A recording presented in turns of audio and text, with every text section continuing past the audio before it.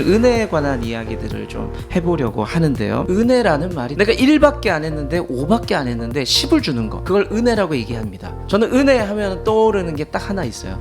옛날 전래동화 은혜 갚은 까치, 그리고 사자성어로는 배은망덕이 떠오릅니다. 사실 배은망덕 하면요, 인간의 본성이에요. 은혜를 잊어버리는 게 보통의 사람들이에요. 은혜는 받는 사람은 생각보다 잘 까먹어요. 사람의 속성이에요.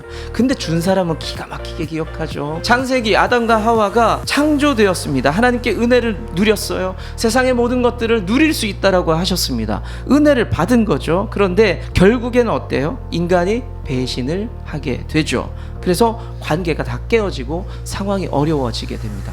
배은망덕이죠. 오늘 읽은 본문의 말씀도 똑같아요. 그 은혜를 입은 10명의 환자 중에 한 명만 다시 예수님께 돌아와서 제가 은혜를 받았습니다, 감사합니다 라고 인사를 드려요. 오늘은 그래서 우리가 어떤 존재인가에 대해서 두 가지 한번 좀 짧게 나눠보도록 할게요. 첫 번째는요, 우리 인생은요 약하고도 악해요. 우리가 아무리 큰 은혜를 입었다 해도요, 우리는 생각보다 빨리 잊어버려요. 한 사람이 왕의 부름을 받습니다. 그 왕 앞에 갔더니 너 나한테 빚진 게 많아, 알지? 빚 갚어 라고 이야기를 합니다. 근데 그 금액이 너무 컸나 봐요. 죽었다 깨어나도 지금 갚을 수가 없는 거예요. 제가 도저히 갚을 수가 없습니다, 저 좀 살려주세요. 선처를 구하고 도와달라고 하고 날짜를 미뤄달라고 애걸복걸을 하게 됩니다. 왕이 그 모습을 보면서 불쌍히 여겨서 측은히 여겨서 그냥 빚을 없애버렸습니다. 엄청 좋았을 것 같아요. 감사했을 것 같고 기뻤을 것 같습니다. 그 감동을 안고 이 사람이 이제 집으로 향하게 됩니다. 그런데 길을 가다가 사람을 하나 만나는데 자기에게 빚진 사람이에요. 빚이 있는 사람. 그래서 내가 돈을 받아야 되는데 요거 잘 걸렸다, 나 피해 다녔지, 잘 걸렸다 하면서 멱살을 잡습니다. 갚을 돈이 없었던 이 사람이 엎드려서 사정하는 거예요. 봐달라라고 이야기를 합니다. 아까와 상황 똑같죠. 그런데 결과가 달라요. 자기 앞에 엎드려서 은혜를 구하는 이 사람에게 굉장히 매몰차게 대하게 됩니다. 그리고 고소해요. 법정에 세우게 됩니다. 지금으로 보면 한 6조 정도의 탕감을 받은 거예요. 그런데 길에서 만나서 멱살 잡힌 사람, 내가 너 고소할 거야, 이 사람은 대략 한 1,000만 원. 어떤 느낌이세요? 내가 받은 용서는 내가 받은 거고 너는 내 거 줘야지. 이게 맞는 것 같지만 하나님 나라에서는 맞지 않아요. 내가 받았는데 너도 좀 나눌 수 있어야지, 이거거든요. 사람이요 약해 보이지만요 뒤집으면요 악해요. 욕심이 작동하기 시작하면 내가 받은 은혜는 삭제가 돼버려요. 여러분들 하나님께 받은 은혜가 세어보면 참 많아요. 그런데 내 삶에 작은 문제 하나 생기잖아요, 하나님이 굉장히 싫어지기 시작해요. 두 번째, 인생은요 망각하는 존재예요. 그래서 우리는요 망각해서 망해요. 잊어버려서 망합니다.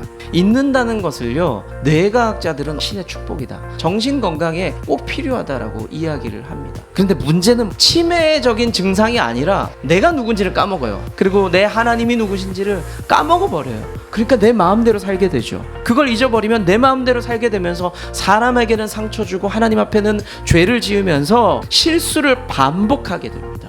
그게 우리 인생이라는 거죠. 사사기의 말씀을 보잖아요. 계속 반복해요. 첫 번째, 삶이 평안해요. 근데 평안하니까 죄를 지어요. 그러다 보니까 하나님 그게 옳지 않으니까 징계를 내립니다. 그러니까 사람들이 잘못했습니다 나가요. 그러니까 하나님 은혜를 베푸셨고 회복되고 평안하고, 그리고 또 반복되죠.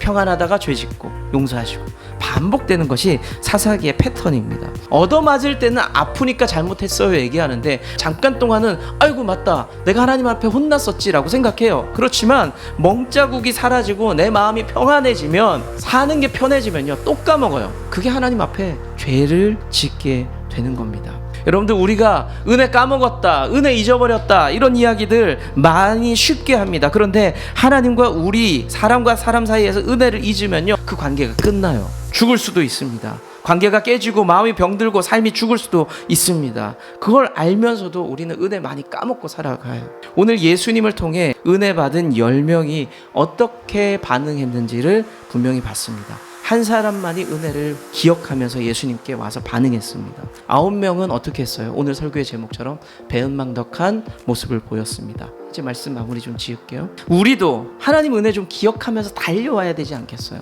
오늘 배은망덕이라는 말씀의 제목으로 시작을 했지만 다른 사자성어로 마무리하면 좋겠어요. 각골난망. 은혜를 뼈에다 새기는 겁니다. 뼈에다. 잊어버리지 않겠다는 거죠. 내가 받은 은혜가 커서 내가 뼈에다 새기겠다, 그렇게 살겠다는 겁니다. 내 호흡이 끝날 때까지, 내 숨이 마칠 때까지 은혜를 기억하며 내가 감사하며 살 수 있어야 되겠죠. 약하고 악한 인생이, 망각하면서 망할 인생이 은혜를 기억하면서 기쁨으로 살아갈 수 있는 그런 여러분들 될 수 있기를 축복합니다.